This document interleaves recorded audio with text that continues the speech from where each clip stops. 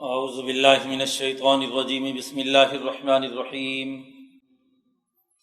الف لام میم صاد کتاب انزل الیک فلا یکن فی صدرک حرج منہ لتنذر به وذکریٰ للمؤمنین اتبعوا ما انزل الیکم من ربکم ولا تتبعوا من دونہ اولیاء قلیلا ما تذکرون صدق اللہ العظیم۔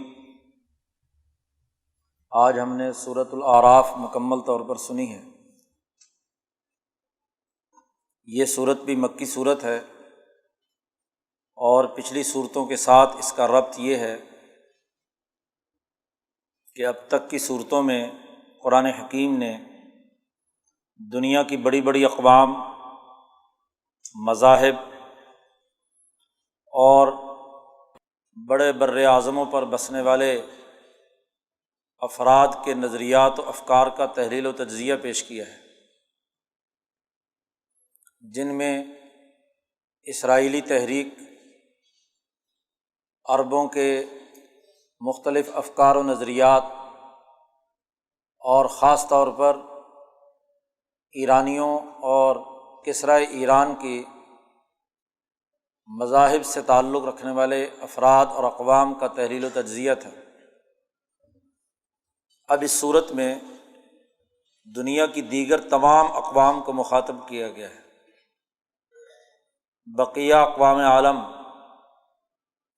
ان کو دعوت دی ہے قرآن حکیم نے اپنے پیغام کی، اور اس ضمن میں اس حقیقت کو پیش نظر رکھا گیا ہے کہ آدم علیہ السلام سے لے کر محمد مصطفیٰ صلی اللہ علیہ وسلم تک تمام انبیاء کے واقعات کے ضمن میں ان بنیادی اساسی اصولوں کا تعارف کرایا گیا ہے جو پیچھے ابراہیمی تحریک کے تناظر میں بیان ہوئے۔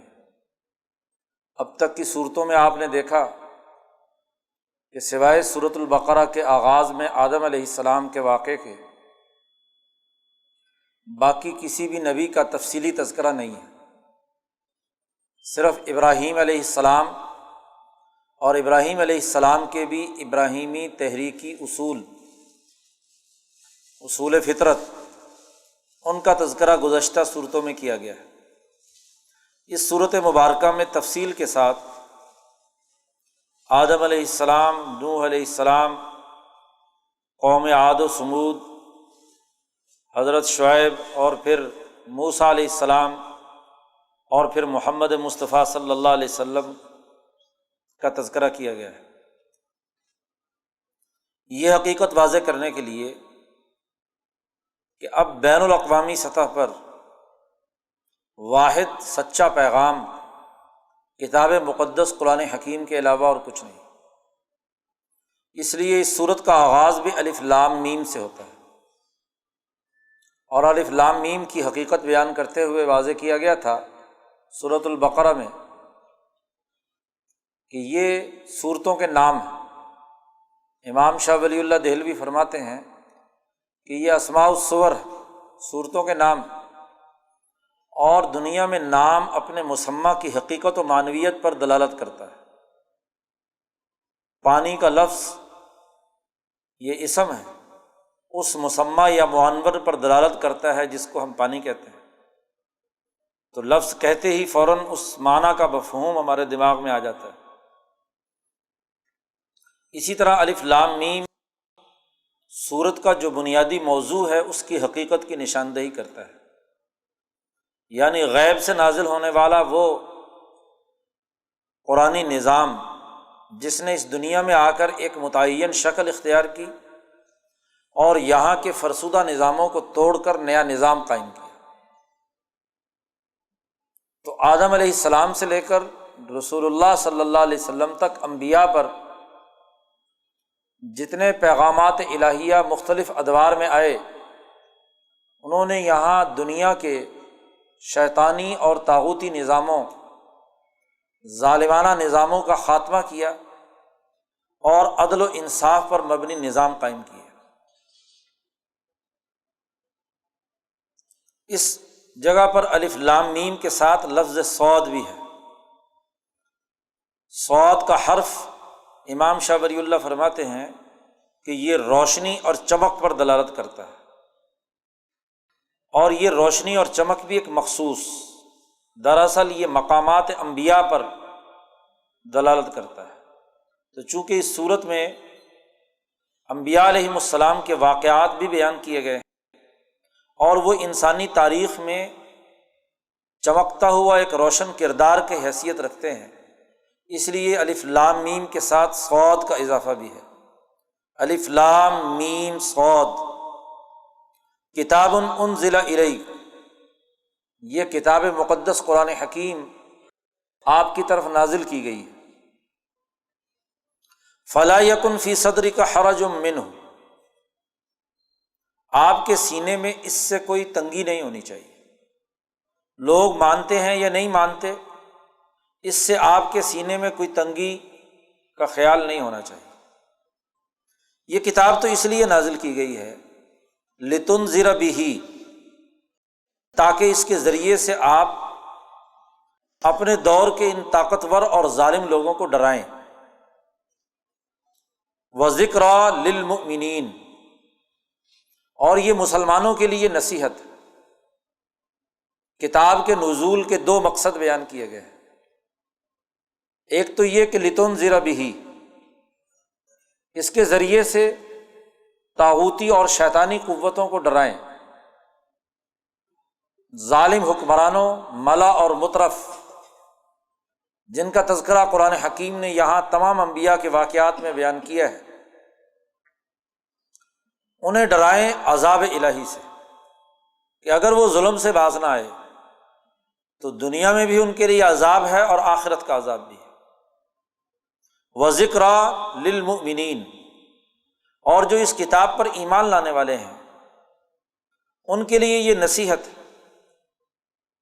ان کو کام کرنے کی ہدایت کا طریقہ بیان کرتی ہے، ان کے سامنے انہیں اس حقیقت سے آشنا کرتی ہے کہ وہ اپنے سماج کی تعمیر و تشکیل کیسے کریں۔ ذکریٰ للمؤمنین، اس لیے دنیا بھر کے تمام انسانوں کو مخاطب کر کے قرآن نے کہا اتبعوا ما انزل الیکم من ربکم، پیروی کرو وہ جو تمہاری طرف تمہارے رب کی جانب سے نازل کیا گیا ہے۔ ولا تتبعوا من دونہ اولیاء، اور اللہ کے علاوہ کسی اور کو دوست مت بناؤ، اس کی اتباع مت کرو۔ لیکن عالم یہ ہے انسانیت کا، قلیلا ما تذکرون، بہت کم لوگ ہو تم جو نصیحت حاصل کرتے ہیں۔ اکثریت عام طور پر اس بات کو نہیں مانتی۔ لیکن یاد رکھو، کم من قریۃ اہلکناہا، انسانی تاریخ کا جائزہ لو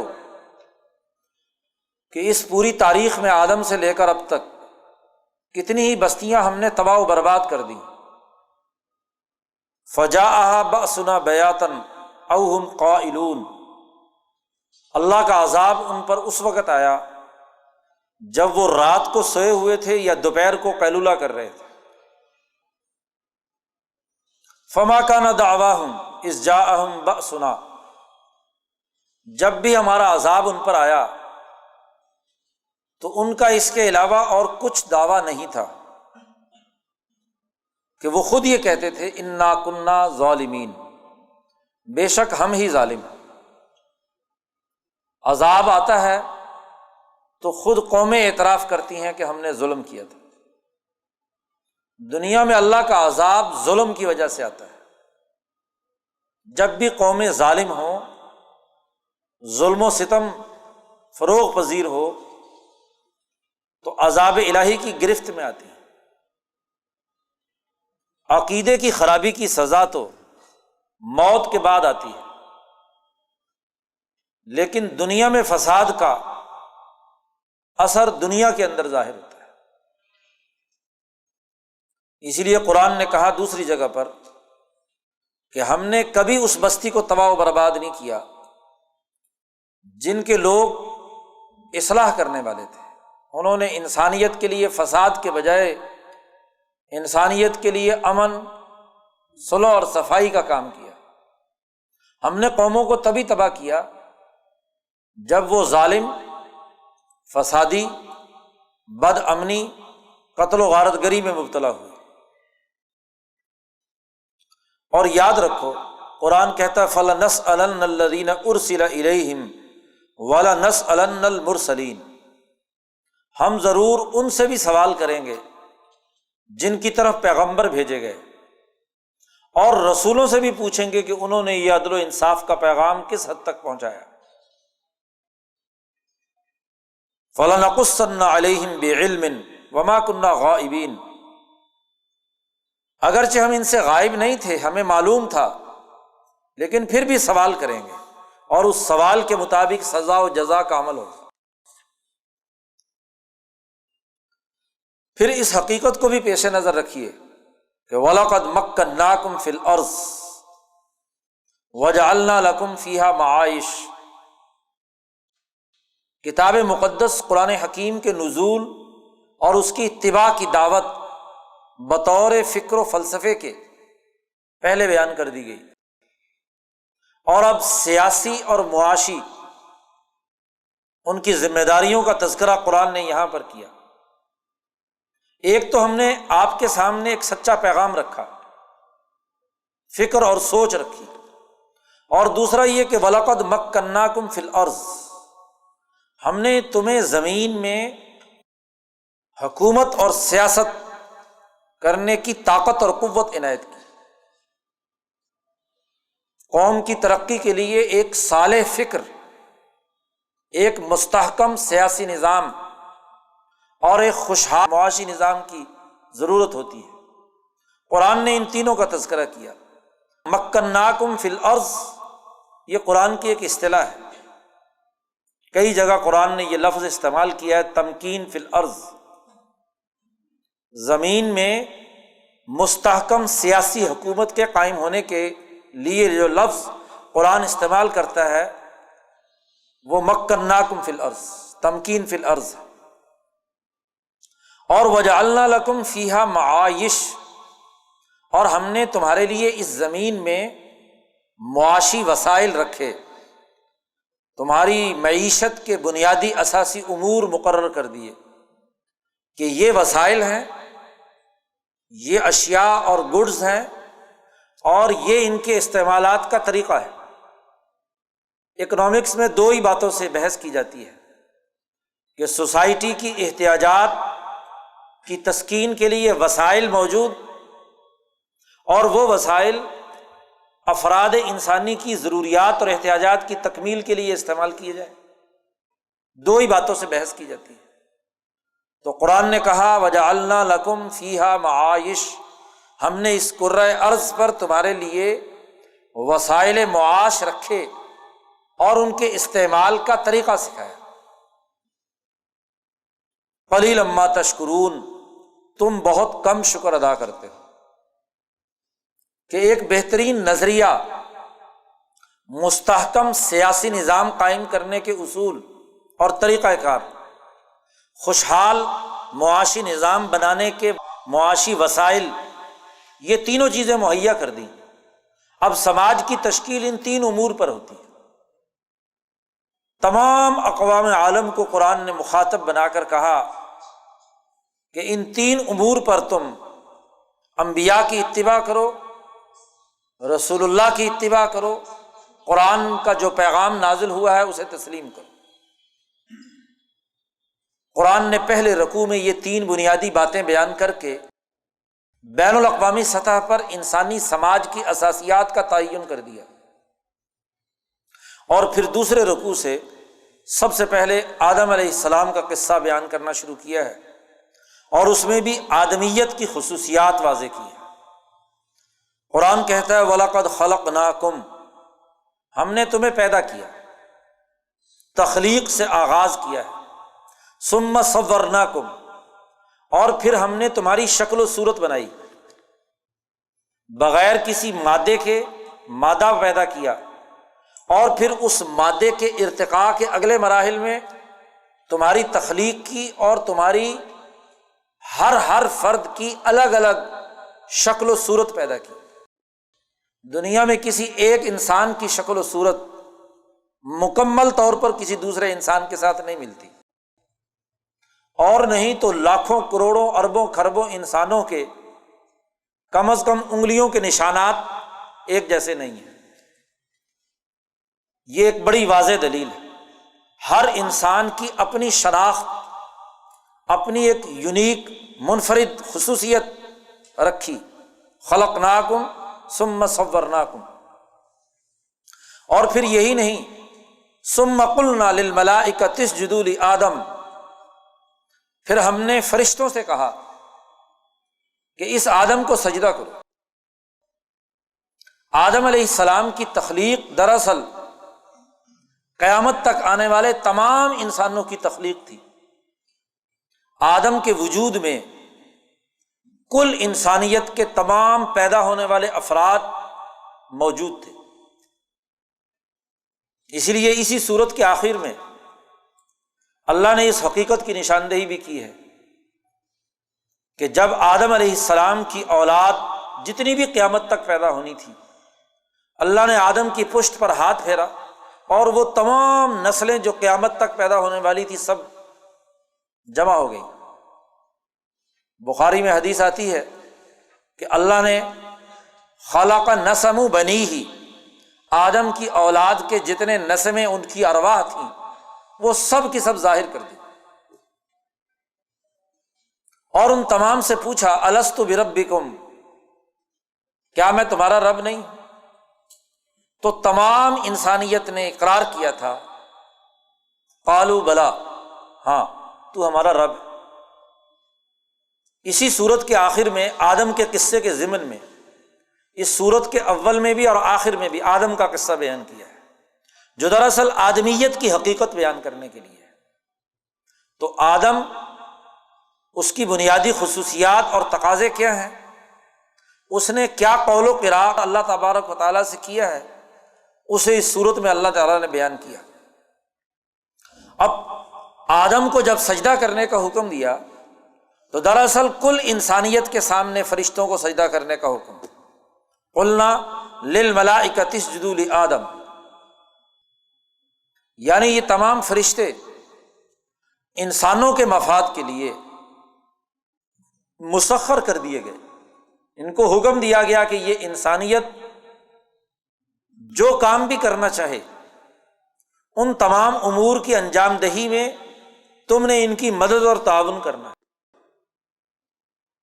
فسجدوا، تمام نے سجدہ کیا، الا ابلیس، سوائے شیطان کے، لم یکن من الساجدین، ابلیس نے سجدہ نہیں کیا۔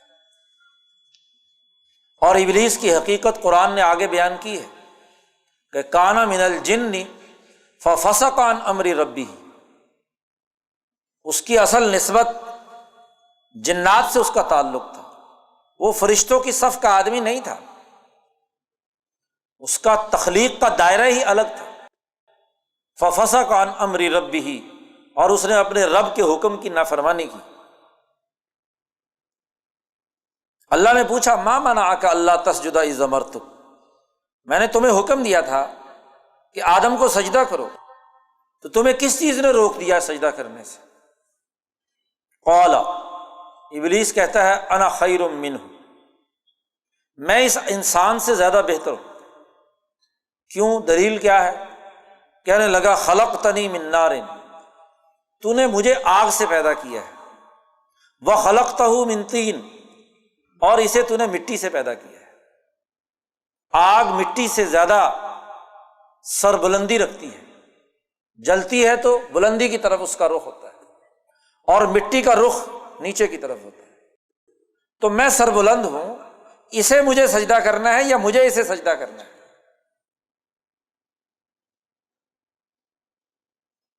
متکبرانہ دلیل اللہ کے سامنے ابلیس پیش کرتا ہے۔ قال، اللہ نے کہا فاہبط، نکل جاؤ یہاں سے، فما یکون لک ان تتکبر فیہا، تمہیں یہاں تکبر کرنے کی اجازت نہیں ہے۔ تکبر بتکلف اپنے آپ کو بڑا بنانا، بڑا ہے نہیں لیکن بڑا سمجھنا۔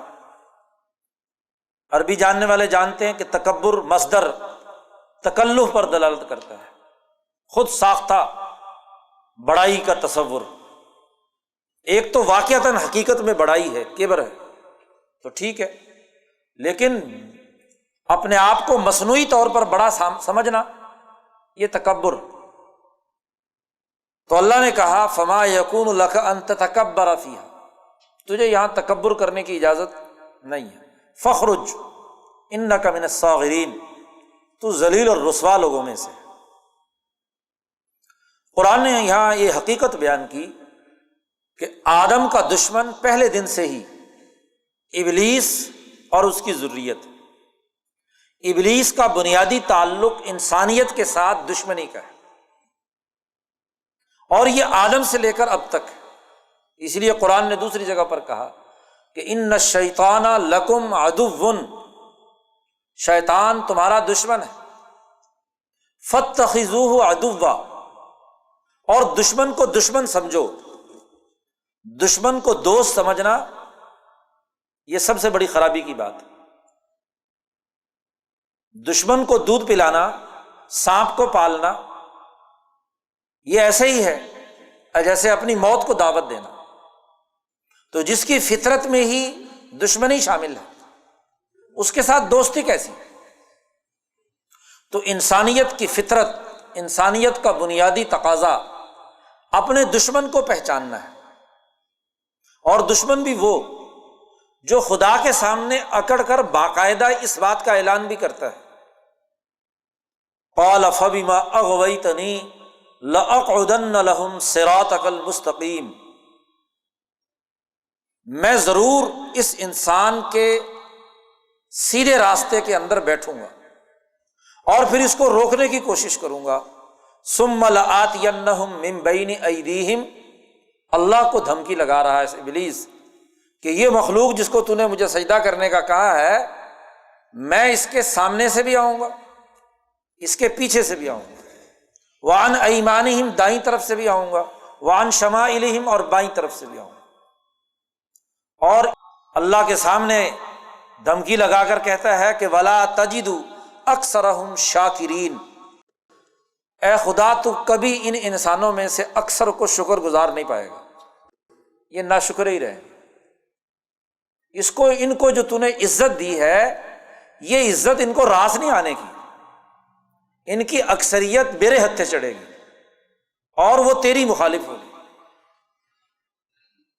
اللہ نے کہا اخرج منہا مذءوما مدحورا، نکل جاؤ یہاں سے ذلیل اور رسوا ہو کر، اور یاد رکھو ان انسانوں میں سے جو بھی تیری پیروی کرے گا وہ تیرے ساتھ ہی جہنم کے اندر جائے گا۔ لَأَمْلَأَنَّ جَهَنَّمَ مِنْكُمْ أَجْمَعِينَ، تم تمام سے میں جہنم کو بھر دوں گا۔ اب یہ پہلے دن سے ہی ایک دشمنی شروع ہوئی، اور اس دشمنی کا مظہر اگلا ایک واقعہ بھی ہے، قرآن نے جس کا تذکرہ پیچھے بھی کیا اور یہاں بھی، کہ آدم سے جنت سے نکلوانے کا ذریعہ بننے والا بھی یہی، ایک درخت سے غذا اور پھل کھانے سے منع کر دیا آدم کو، یا آدم اسکن انت وزوجک الجنہ فکلا من حیث شئتما، آدم اور تم اپنی بیوی کو لے کر جنت میں داخل ہو جاؤ اور جو چاہے مرضی کھاؤ، لیکن ولا تقربا ھذہ الشجرہ، اس درخت کے قریب نہیں جانا تم دونوں، فتکونا من الظالمین، اس کے قریب گئے تو تم ظالم بن جاؤ۔ فوسوس لہما الشیطان، آدم اور حوا کے سامنے ہی شیطان نے وسوسہ ڈالا، خیال ڈالا، لیبدی لہما ما وری عنہما من سوآتہما وقال ما نہاکما ربکما عن ھذہ الشجرہ، آدم کو خیال ڈالا کہ دیکھو اس درخت سے تمہیں اس لیے منع کیا ہے کہ اگر یہ درخت تم نے کھا لیا تو تم دونوں ہمیشہ ہمیشہ کے لیے جنت میں رہو گے، اور درخت کھانے کے نتیجے میں اللہ نے تمہیں اس لیے روکا ہے کہ کہیں تم فرشتے نہ بن جاؤ، فرشتہ ہمیشہ ہمیشہ جنت میں رہیں گے، الا ان تکونا ملکین او تکونا من الخالدین۔ نہ صرف خیال خیال کے بعد دوسرا، تیسرا، چوتھا، بار بار ڈنگ کر خیالات دماغ پر اتنی یلغار کر دی۔ اور پھر جو تھوڑا بہت شک تھا بھی تو قرآن کہتا ہے وقاسمہما، ان دونوں کے سامنے اللہ کی قسمیں بھی اٹھائیں اور کہا قسم اٹھا کر انی لکما لمن الناصحین۔ عربی جاننے والے جانتے ہیں کہ یہاں انا بھی تاکید کا اور لام 2 دفعہ تاکید کے لیے لایا کہ بے شک میں ہی تمہارے لیے نصیحت کرنے والا ہوں، میں تمہارا خیر خواہ ہوں، ہے دشمن لیکن خیر خواہی کے روپ میں بڑا ہمدرد بن کر ایسے مشورے دے رہا ہے کہ بظاہر وہ مشورے بڑے خوبصورت لیکن مقصد اپنی شیطنت۔ لفظ شیطانہ جو مادہ ہے اس کا مطلب ہی انسانوں کو انسانیت سے دور کرنے والا ہے، شیطان کہتے ہی اس کو۔ لفظ شیطان کا لفظی ترجمہ بھی یہی ہے کہ جو انسانوں کو انسانیت سے دور کر دے، انسانی فطرت کے تقاضوں سے انہیں بھگا دے۔ فَدَلَّهُمَا بِغُرُورٍ، اور پھر بڑا دھوکہ دے کر ان کو گھیر گھار کر وہ اس درخت تک لے آیا۔ بالآخر آدم اور حوا اس کے چکر میں آ گئے اور انہوں نے وہ درخت کھا لیا۔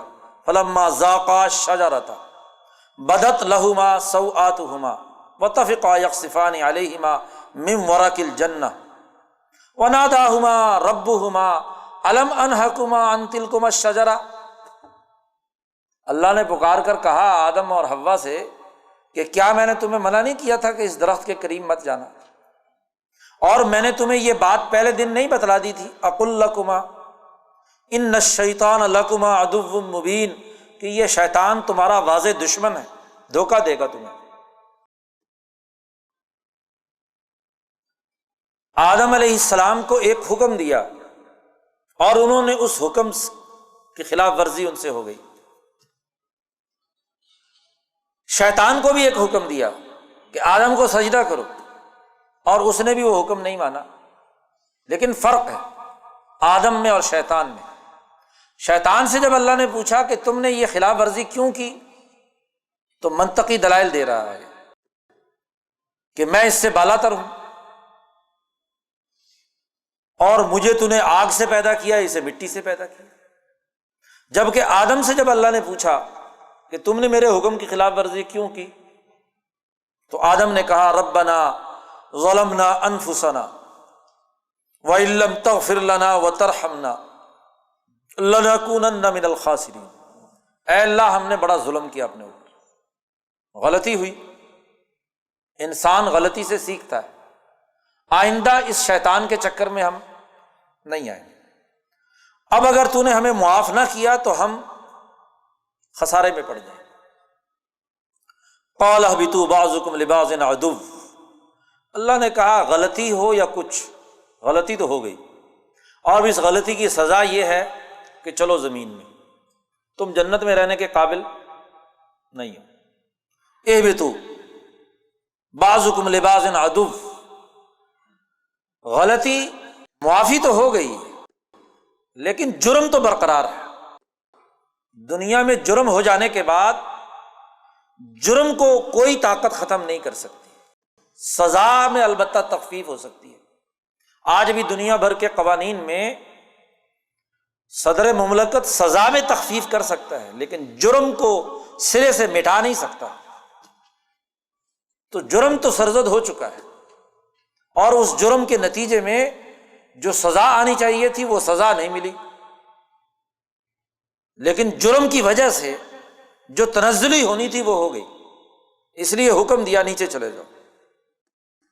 اور بعضکم لبعض عدو، یہ جو شیطانی اثر یعنی شیطان کے وسوسے کو قبول کر لیا، اس کا اثر اور نتیجہ یہ ہوگا کہ تمہاری اولاد کے اندر کچھ لوگ دوسرے کچھ لوگوں کے دشمن رہیں گے۔ بعضکم لبعض عدو ولکم فی الارض مستقر ومتاع الی حین، تمہارے لیے زمین میں ایک مقرر وقت تک ٹھہرنا ہے اور وہاں نفع کی جو چیزیں ہیں انہیں استعمال میں لانا ہے۔ بخاری شریف میں ایک حدیث آتی ہے، نبی اکرم صلی اللہ علیہ وسلم نے ارشاد فرمایا، موسیٰ علیہ السلام کی جب ملاقات آدم علیہ السلام سے ہوئی تو موسیٰ علیہ السلام جلالی آدمی تھے، انہوں نے آدم علیہ السلام کو پکڑ لیا اور کہا کہ ابا جان آپ نے یہ کیا کام کیا جس کی وجہ سے ہم سارے نیچے زمین میں چلے گئے؟ کیوں آپ نے یہ کیا؟ آپ کو جب اللہ تعالیٰ نے منع کر دیا تھا کہ شیطانوں کے چکر میں نہیں آنا، تو آپ نے یہ کیوں کیا؟ احتج آدم موسیٰ، موسیٰ علیہ السلام نے آدم علیہ السلام سے جھگڑا کیا۔ آدم علیہ السلام نے کہا کہ بات یہ ہے کہ ٹھیک ہے مجھ سے تو غلطی ہو گئی، اور یہ غلطی تو میری پیدائش سے پہلے ہی لکھی ہوئی تھی کہ مجھ سے یہ غلطی سرزد ہو جانی ہے، اب اس میں کیا کر سکتا تھا؟ تو آدم علیہ السلام کے بارے میں خود قرآن نے آگے بھی کہا ہے کہ وَلَمْ نَجِدْ لَهُ عَزْمًا، آدم کا عزم اور ارادہ اس غلطی کے لیے نہیں تھا، بلکہ امام شاہ ولی اللہ دہلوی نے تو یہاں تک لکھا کہ آدم سے یہ عمل ہوا کسی ارادے سے نہیں، بلکہ جسے کہتے ہیں معاملہ گڑبڑ ہو جائے، حیران و پریشان آدمی ہو جائے اور جس میں کوئی فیصلہ کرنے کی قوت نہ رہے۔ اب ایک طرف اللہ کا حکم، دوسری طرف شیطان کا وسوسہ، تو دونوں چیزیں ڈگمگا گئے آدم علیہ السلام کہ کرنا کیا چاہیے۔ اس حیرانی پریشانی میں آدمی نہ چاہتے ہوئے بھی ایک کام کر گزرتا ہے، اس لیے قرآن نے آگے کہا ناسیہ آدم، آدم بھول گئے، اور ولم نجد لہو عزما، ہم نے ان کا عزم اور ارادہ نہیں پایا، اپنے عزم اور ارادے سے یہ آدم علیہ السلام سے نہیں ہوا۔ قرآن نے یہ واقعہ اس لیے بیان کیا کہ ایک حقیقت کی وضاحت ہو جائے کہ شیطان انسانیت کا دشمن ہے، اور یہ دشمنی شروع دن سے موجود ہے۔ قرآن حکیم نے اس کے بعد آدم کے دنیا میں آنے اور دنیا میں زندگی بسر کرنے کے بنیادی اصول اور ضابطے بھی بیان کر دیے۔ یا بنی آدم قد انزلنا علیکم لباسا، ہر انسان کی انسانیت کا پہلا بنیادی تقاضا یہ ہے کہ وہ اپنے جسم پر لباس رکھے، یہ اس کی فطرت کا بنیادی تقاضا ہے۔ ہم نے تمہارے لیے لباس اتارا ہے۔ انسان کسی انسان کے سامنے یا مجمع عام کے اندر ننگا نہیں پھرتا سوائے مجنون اور پاگل کے، ورنہ انسان کی انسانیت کا بنیادی فطری تقاضا خواہ وہ کسی مذہب اور نسل کا ہو، وہ لباس کی حالت میں ہوتا ہے۔ لیکن قرآن نے اگلی بات بھی کہی وَلِبَاسُ التَّقْوَى ذَلِكَ خَيْرٌ، تقوی کا لباس، اللہ کے ڈر اور خوف، عدل و انصاف کو سوسائٹی پر غالب کرنے کا لباس، یہ زیادہ بہتر ہے۔ جسمانی لباس بھی استعمال کرنا ہے، اور اسی کے ساتھ ساتھ دل کا تقوی، دل کے اندر خواہشات کو کنٹرول کرنے کا عمل، اللہ کا ڈر اور خوف، یہ اس سے زیادہ بہتر ہے۔ قرآن حکیم نے دوسرا حکم دیا اسی آدم علیہ السلام کو کہ قل امر ربی بالقسط، میرے رب نے مجھے حکم دیا ہے عدل و انصاف قائم کرنے کا۔ انسان کی انسانیت اور اس کے فطرت کا بنیادی تقاضا عدل و انصاف قائم کرنا ہے انسانوں کے درمیان، اور اسی کے ساتھ وَأَقِيمُوا وُجُوهَكُمْ عِنْدَ كُلِّ مَسْجِدٍ وَادْعُوهُ مُخْلِصِينَ لَهُ الدِّينَ، ہر عبادت سجدے کے وقت اپنے چہروں کو اللہ کی طرف کرو اور اس کو خالصتاً پکارو، اسی کے ساتھ تعلق قائم کرو، یہ تمہاری فطرت کا بنیادی تقاضا ہے۔ اسی طرح ایک اور حکم دیا، اور جو دراصل انسانی فطرت کا بنیادی تقاضا ہے، یا بنی آدم خذوا زینتکم عند کل مسجد وکلوا واشربوا ولا تسرفوا انہ لا یحب المسرفین۔ دیکھو، ایک تو ہر عبادت، ہر اچھے عمل کرتے وقت لباس پہنو، زینتکم، ہر قوم کی اپنی اپنی تہذیب کے مطابق زیب و زینت کا یا لباس کی تراش خراش وضع قطع ہوتی ہے، تو جو بھی وضع قطع ہے تمہاری وہ تم پہنو، لباس تمہارے جسم پر ہونا چاہیے۔ اور دوسرا یہ کہ کھاؤ اور پیو، کوئی پابندی نہیں، انسانیت اس کے جسم کی نشو و نما اور ارتقاء کھانے پیے بغیر نہیں ہو سکتی۔ کھاؤ بھی اور پیو بھی، لیکن ایک شرط کہ ولا تسرفو، حد سے مت تجاوز کرو، ضرورت جتنی جسم کو ہے اتنا ہی کھاؤ اور جتنے پینے کی ضرورت ہے اتنا پیو۔ بلا وجہ کھانے پینے کی ہوس کے نتیجے میں زیادہ کھا لو، زیادہ پی لو، تو یہ نہ صرف تمہارے جسم کے لیے نقصان دہ ہے بلکہ تمہاری روح کو بھی مردہ کر دے گا۔ ولا تسرفوا انہ لا یحب المسرفین، اللہ تعالیٰ حد سے تجاوز کرنے والے، فضول خرچی کرنے والے لوگوں کو پسند نہیں کرتا۔ قل من حرم زینت اللہ التی اخرج لعبادہ والطیبات من الرزق، انسانیت کا بنیادی تقاضا یہ کہ دنیا میں جتنی بہترین اور عمدہ چیزیں اللہ نے پیدا کر دی ہیں وہ انسان استعمال میں لائے، ان کو کسی نے حرام قرار نہیں دیا۔ کون ہے جس کو اللہ نے حلال قرار دے دیا ہو اسے حرام بنائے؟ اللہ نے یہاں سوال پوچھا کہ من حرما، کون حرام قرار دے سکتا ہے اللہ کی ان زیب و زینت کو جو اللہ نے اپنے بندوں کے لیے پیدا کی۔ امام شاہ ولی اللہ دہلوی فرماتے ہیں کہ انسانیت کو اللہ نے پیدا کیا تو اس میں 3 بنیادی خصوصیات ہیں جن کی وجہ سے یہ انسان حیوانات سے ممتاز ہوتا ہے۔ ان میں ایک بنیادی خصوصیت حب جمال، خوبصورتی اور سلیقہ مندی کا ہونا ہے۔ یہ انسان کی فطرت ہے، یہ اللہ کی زینت ہے۔ اللہ نے یہ جمال یا جمالیاتی حس انسان کے اندر رکھی، اس کو کس نے حرام قرار دیا؟ اللہ تعالیٰ پوچھتے ہیں۔ اور والطیبات من الرزق، اور رزق میں سے جو پاکیزہ رزق رکھا گیا اس کو کس نے حرام قرار دیا؟ یہ جو رہبانیت اختیار کرنے والے زیب و زینت کی مخالفت کرتے ہیں یا رزق حلال کو اپنے اوپر حرام قرار دے لیتے ہیں اور اس کو مکمل طور پر اپنے لیے حرام بنا لیتے ہیں، یہ درست نہیں۔ دیکھیے 2 باتیں ہیں، سچے صوفیاء یا اولیاء اللہ بھی زہد و تقویٰ کے تناظر میں بہت سی جائز چیزوں کو استعمال میں نہیں لاتے تھے، لیکن یہ ایک مدت تک کے لیے تھا۔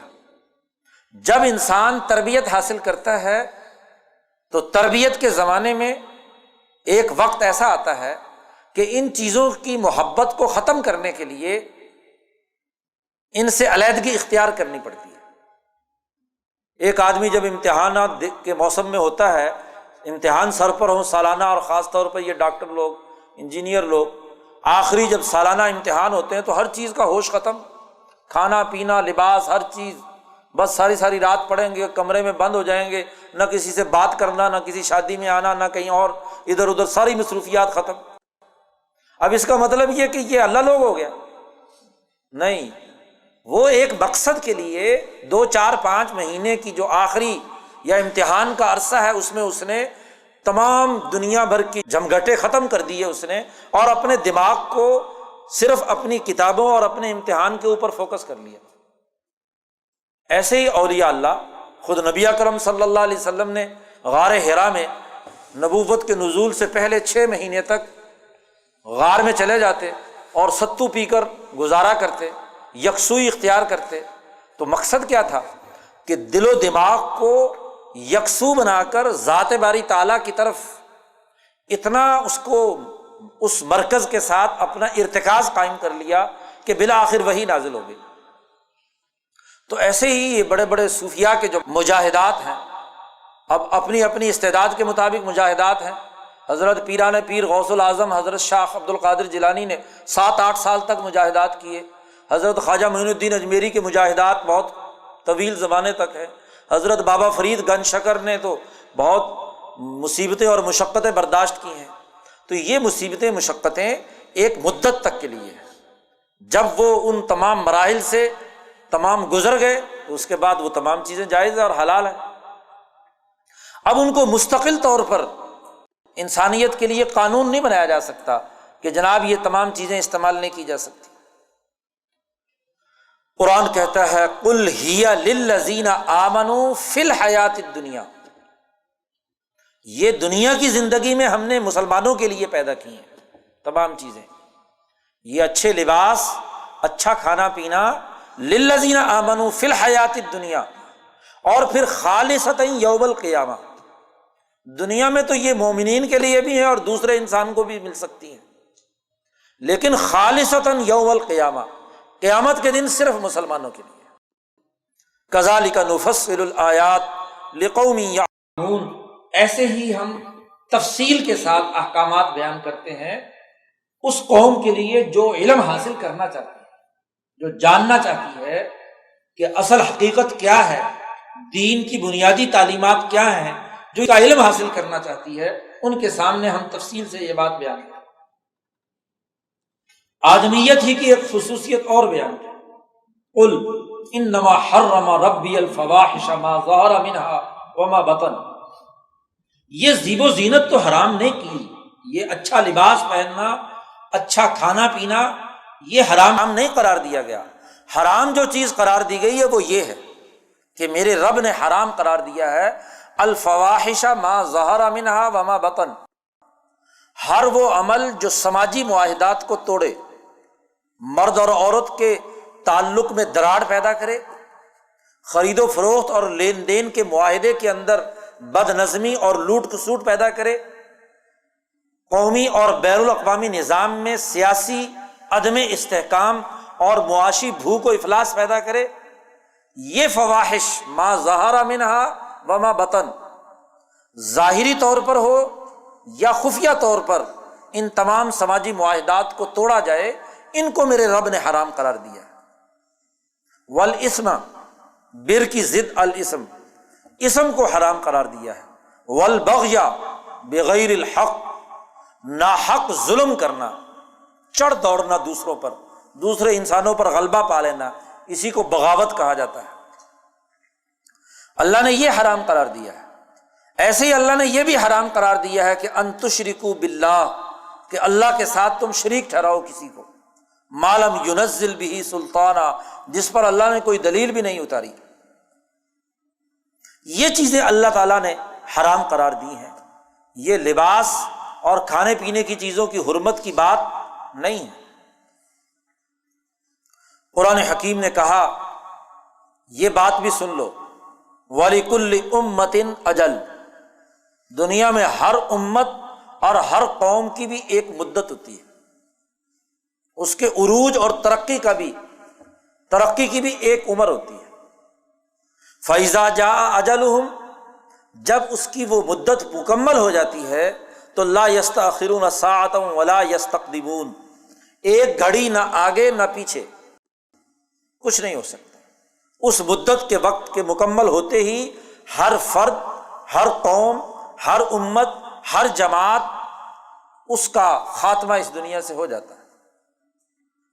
یا بنی آدم اما یاتینکم رسل منکم یقصون علیکم آیاتی، آدم کو مخاطب کر کے کہا، آدم کی اولاد کو مخاطب کر کے قرآن نے کہا، اے آدم کی اولاد، دیکھو اگر تمہارے پاس تم میں سے رسول آئیں جو میری آیات تمہارے سامنے تلاوت کر کے سنائیں، تو یاد رکھو فمن اتقى واصلح فلا خوف علیہم ولا هم يحزنون، جس نے بھی تقوی اختیار کیا اور اپنے آپ کو درست کر لیا، جو امور انسانیت کے پیچھے بیان کیے گئے ہیں اس کے مطابق اپنے آپ کو درست کر لیا، فلا خوف علیہم ولا هم يحزنون، نہ مستقبل کا انہیں کوئی خوف ہوگا اور نہ ماضی میں کسی عمل پر انہیں کوئی غم ہوگا۔ اس کے مقابلے میں والذین کذبوا بآیاتنا، جنہوں نے ہماری آیات کا انکار کیا، واستکبروا عنہا، اس سے تکبر اور متکبرانہ سوچ اور رویہ رکھا، اولئک اصحاب النار ہم فیہا خالدون، وہ جہنمی ہے اور ہمیشہ ہمیشہ اس میں رہیں گے۔ قرآن کہتا ہے فمن اظلم ممن افترى علی اللہ کذبا، اس سے بڑا ظالم کون ہوگا کہ اللہ پر جھوٹی باتیں بیان کرے یا اللہ کی آیات کا انکار کرے۔ ایسے لوگوں کے لیے سزا ہے۔ اور پھر سزا میں قرآن نے یہاں واضح کر دیا کہ چاہے سربراہان ہوں یا ان کی اتباع کرنے والے عوام، لیڈر ہوں یا ان کے پیچھے چلنے والے، ہر ایک کے لیے لِكُلٍّ ضِعْفٌ وَلَٰكِن لَا تَعْلَمُونَ، ہر ایک کے لیے دگنا عذاب ہوگا، کوئی کمی نہیں ہوگی۔ قرآن نے ایک حقیقت واضح کی ہے کہ جب یہ بڑے بڑے لیڈر جہنم میں داخل ہوں گے تو جو ان کے پیچھے چلنے والے عوام ہیں وہ کہیں گے کہ اللہ میاں ان کو ڈبل سزا دے، انہوں نے ہمیں گمراہ کیا تھا۔ اللہ کہے گا کہ یہ ڈبل سزا کا معاملہ نہیں ہے، ہر ایک کے لیے ڈبل سزا ہے، تم نے بھی تو لالچ اور خواہش کی وجہ سے ان کی اتباع کی تھی۔ تو قرآن حکیم نے یہاں آغاز میں انسانیت کے بنیادی اصول اور دستور بیان کرتے ہوئے بتلا دیا کہ یہ امور ہیں، ان پر عمل کرو گے تو جنت کا راستہ ہے۔ تو جنتیوں کی کیا خصوصیات ہیں اور جنتی کیا کام کریں گے، ان کی تفصیلات بھی اگلے رکوع میں بیان کی۔ اور جو انکار کرنے والے ہیں، جہنم میں جانے والے ہیں، ان کی سزا اور انہوں نے وہاں کیا کیا اعمال کرنے ہیں اس کا تذکرہ بھی کیا۔ اور کچھ لوگ درمیان میں ہوں گے کہ بظاہر ایمان لائے لیکن عمل نہیں کیا، اصحاب الاعراف، تو قرآن حکیم نے ان کا تذکرہ بھی کیا ہے۔ اور پھر اللہ کی وحدانیت ایک پورے رکوع میں بیان کی ہے اور بتلایا ہے کہ دیکھو اللہ کو پکارو، وَلَا تُفْسِدُوا فِي الْأَرْضِ بَعْدَ إِصْلَاحِهَا، زمین میں فساد مت مچاؤ۔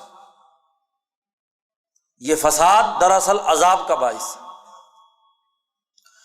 آدم کا یہ واقعہ یا آدمیت کی خصوصیات بیان کرنے کے بعد قرآن حکیم نے حضرت نوح علیہ السلام کا تذکرہ کیا ہے جو آدم ثانی ہے۔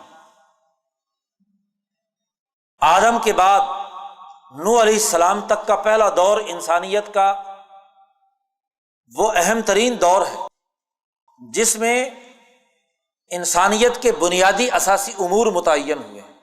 ادریس اور شیس جنہوں نے فلکیات اور طبی خصوصیات کے تناظر میں انسانیت کے ارتقاء میں ایک کردار ادا کیا ہے، یہ دور مکمل ہو جاتا ہے نوح علیہ السلام کی آمد سے۔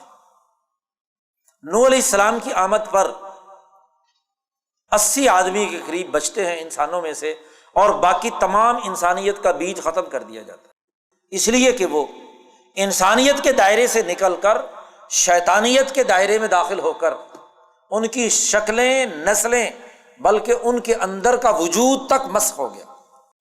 اس لیے نوح نے کہا تھا کہ اے اللہ اگر ان کی نسل بھی چلی تو لم یلدوا الا فاجرا کفارا، یہ پیدا بھی کریں گے ایسی نسل جو فسق و فجور اور شیطنت کی حامل ہوگی، یعنی وہ انسانیت کی رمق بھی ان میں موجود نہیں۔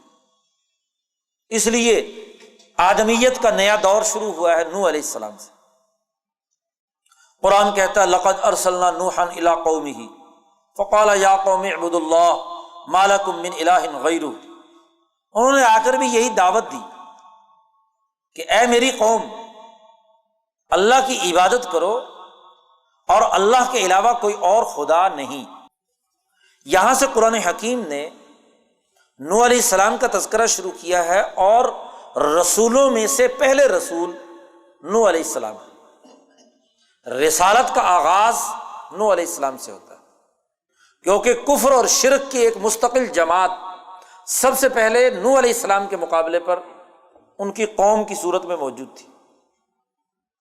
اور یہاں کے بعد قرآن حکیم نے جتنے انبیاء کا تذکرہ کیا ہے، ہر نبی نے اپنی اس قوم کو مخاطب بنایا، اور اس کے لیے قرآن حکیم نے جو لفظ استعمال کیا ہے ارسلنا نوحا الی قومہ، ہم نے نوح کو بھیجا ان کی قوم کی طرف، اور نوح علیہ السلام نے کہا یا قومی، اے میری قوم۔ پاکستان میں بسنے والے لوگوں سے میرا سوال ہے کہ یہ نوح علیہ السلام جس کو اپنی قوم کہہ رہے ہیں، یہ نوح علیہ السلام کے عقیدے پر تھی؟ عقیدے کی ہم قوم ہیں، یہ دو قومی نظریہ ہے یا ایک قومی نظریہ ہے؟ بھائی نوح علیہ السلام جس قوم کو کہہ رہے ہیں اے میری قوم، اس کا عقیدہ تو کفر کا ہے۔ اگر وہ مسلمان ہوتی تو اعبدوا اللہ ما لکم من الہ غیرہ کہنے کا کیا مطلب تھا؟ تو قومیں کس سے بنتی ہیں؟ قرآن کا یہ عبارت واضح طور پر بتلا رہی ہے کہ قوم کا تعلق نسل، زبان اور وطن سے ہوتا ہے، اور اگر عقیدے کی بنیاد پر قوم بنتی تو یہاں غیر مسلم کو اپنی قوم کیسے قرار دے رہا ہے قرآن؟ لقد ارسلنا نوحا الی قومہ، ہم نے نوح کو ان کی قوم کی طرف بھیجا۔ یہ کون سی قوم ہے؟ وضاحت تو ہونی چاہیے۔ یعنی اس دو قومی نظریے کا نہ نوح علیہ السلام کو پتہ چلا، نہ داود اور موسیٰ کو پتہ چلا، نہ محمد صلی اللہ علیہ وسلم کو پتہ چلا، نہ داتا گنج بخش کو پتہ چلا، نہ خواجہ معین الدین اجمیری کو پتہ چلا، نہ مجدد الفسانی اور نہ شاہ ولی اللہ کو پتہ چلا۔ سن 1947 میں پاکستان کے بزرگوں اور لیڈروں کو پتہ چلا، اور کسی بزرگ کو بھی نہیں پتہ چلا، ایک بیرسٹر کو پتہ چلا۔ سوچو تو صحیح، ہم نے قرآن سے سیکھنا ہے یا قرآن کو اپنے اوپر، اپنے نظریات کے اوپر قرآن سے دلائل اخذ کرنے ہیں؟ پہلا اصل میں قرآن ہے، ہمیں قرآن کے مطابق اپنا نظریہ بنانا ہے یا اپنے نظریے بنا کر قرآن کو اس کے مطابق ڈھالنا ہے؟ یا قومی، نوح علیہ السلام کہہ رہے ہیں اے میری قوم اعبدوا اللہ، اللہ کی عبادت کرو، ما لکم من الہ غیرہ انی اخاف علیکم عذاب یوم عظیم، میں تمہیں ایک بہت بڑے عذاب سے ڈراتا ہوں۔ قال الملأ من قومہ، نوح علیہ السلام کی قوم کے بڑے بڑے سرداروں نے کہا، قومی ہی کی ہی ضمیر کا مرجع یہاں بھی نوح کی طرف، نوح کی قوم کے سرداروں نے کہا۔ ہمیشہ انبیاء کی مخالفت سردار، حکمران طبقہ ملا اور مترف کرتے ہیں۔ کہنے لگے انا لنراک فی ضلال مبین، اے نوح ہم تجھے دیکھتے ہیں کہ تو واضح گمراہی میں ہے۔ نبی کو اس کی قوم کہہ رہی ہے کہ تم گمراہی میں ہو۔ نوح علیہ السلام نے کہا یا قومی، اے میری قوم، لیس بی ضلالۃ، میں گمراہی پہ نہیں ہوں، ولکنی رسول من رب العالمین، میں رب العالمین کی طرف سے رسول بنا کر بھیجا گیا ہوں۔ ابلغکم رسالات ربی وانصح لکم، میں اپنے رب کا پیغام تمہارے پاس پہنچانے آیا ہوں اور تمہیں نصیحت کرتا ہوں۔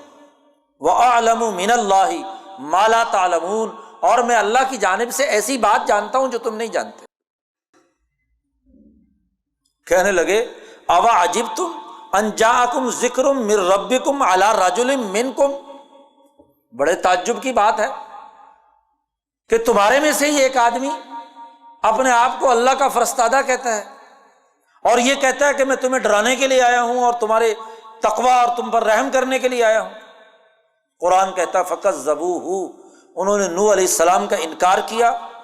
950 سال نوح علیہ السلام کی دعوت کے جواب میں انہوں نے انکار اور انکار، مسلسل انکار کیا۔ آگے سورۃ نوح میں آ رہا تفصیل، قرآن حکیم نے بتلایا کہ نوح علیہ السلام فرماتے ہیں کہ انی دعوت قومی لیلا و نہارا، میں نے اپنی قوم کو دعوت دی صبح اور شام، لیکن میں نے جتنی دفعہ دعوت دی تو میری دعوت نے سوائے ان کو بھاگنے اور فرار کا راستہ اختیار کرنے کے اور کچھ نہیں ہوا۔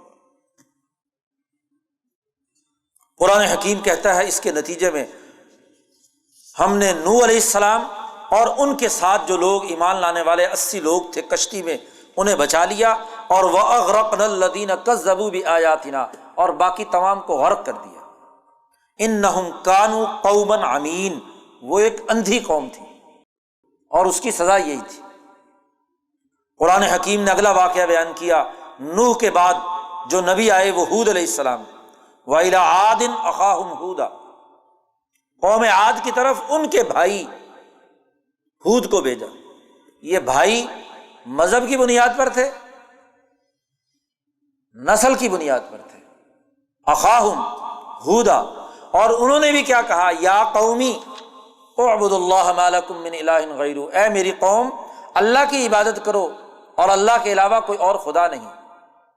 قال الملأ الذین کفروا من قومہ، ہود کی قوم کے لوگوں میں سے جو کافر اور جو ظالم تھے، قوم اپنی جگہ پر ہے، کافر بھی ہے وہاں ساتھی، انہوں نے کہا انا لنراک فی صفاحۃ، ہم تمہیں دیکھتے ہیں کہ تم بے وقوفی اور حماقت کر رہے ہو، اپنے پیغمبر کو کہتے ہیں، اور وَإِنَّا لَنَظُنُّكَ مِنَ الْكَاذِبِينَ، اور ہم پختہ یقین رکھتے ہیں کہ تم جھوٹوں میں سے ہو۔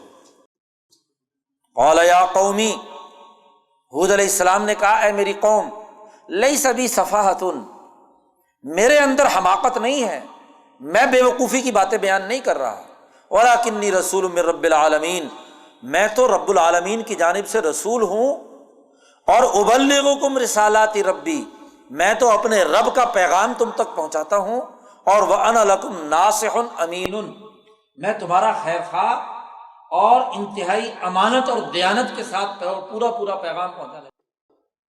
جب بھی سچے انبیاء، سچے اولیاء، سچے علماء ربانیین نے سچا پیغام منتقل کیا تو سردار کیا کہتے ہیں، مذاق اڑاتے ہیں۔ اَوَعَجِبْتُمْ أَنْ جَاءَكُمْ ذِكْرٌ مِّن رَبِّكُمْ، کہتے بڑے تعجب کی بات ہے کہ تمہارے میں سے ایک آدمی خدا کا نمائندہ اور فرستادہ بن کر تمہیں کیا ہے، ڈرانے کے لیے آیا ہے۔ وَاذْكُرُوا إِذْ جَعَلَكُمْ خُلَفَاءَ مِن بَعْدِ قَوْمٍ نُوحٍ وَزَادَكُمْ فِي الْخَلْقِ بَسْطًا، یاد کرو کہ قوم نوح کے بعد تمہیں زمین میں خلیفہ بنایا گیا، تمہاری طاقت اور قوت کے اندر اضافہ کیا، لیکن تم اس کے باوجود خلاف ورزی کرتے ہو۔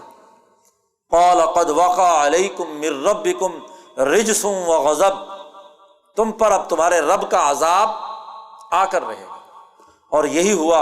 قرآن کہتا ہے فَأَنْجَيْنَاهُ وَالَّذِينَ مَعَهُ بِرَحْمَةٍ مِّنَّا، ہم نے ہود اور ان کی جماعت کو بچا لیا، اور وَقَطَعْنَا دَابِرَ الَّذِينَ كَذَّبُوا، اور انکار کرنے والوں کی جڑ کاٹ کر پھینک دی۔ وَإِلَىٰ ثَمُودَ أَخَاهُمْ صَالِحًا، قوم سمود کی طرف حضرت صالح علیہ السلام کو بھیجا جو ان کے بھائی تھے۔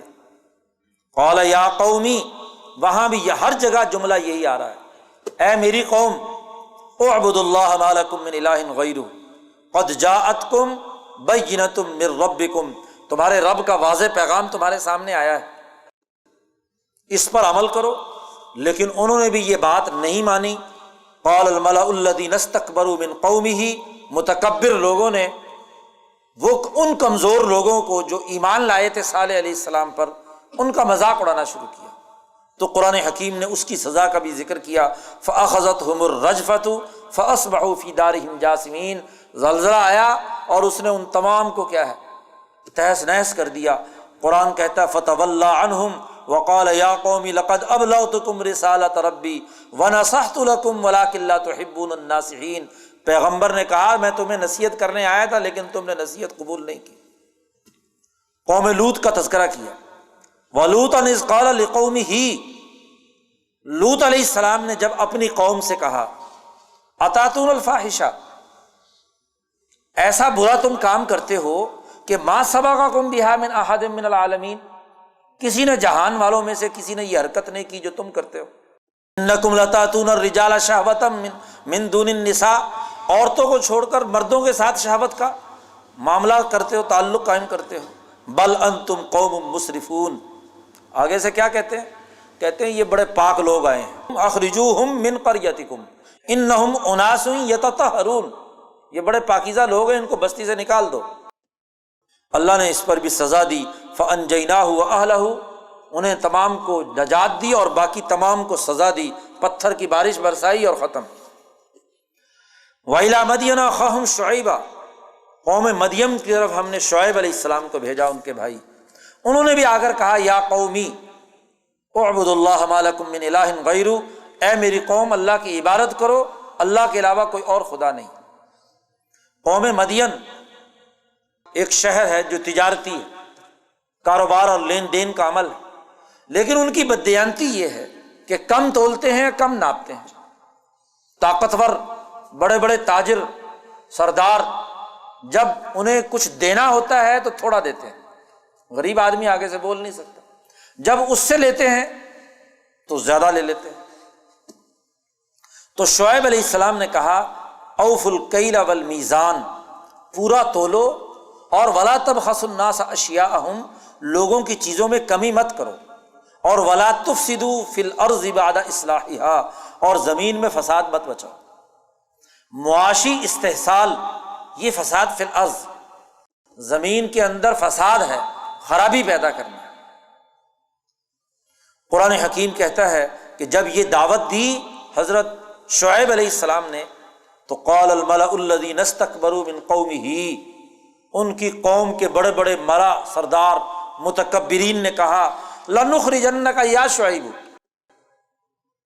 ہم ضرور بالضرور اس شعیب اور اس کے پر ایمان لانے والوں کو نکال دیں گے، یا تو نکال دو اور یا ان سے کہو کہ دوبارہ ہمارے مذہب میں لوٹ آئیں، لتعودن فی ملتنا، جو کچھ ہم کر رہے ہیں لوٹ کسوٹ کا کام، یہ ہمارے ساتھ شریک ہو، نہیں تو ان کو نکال دو۔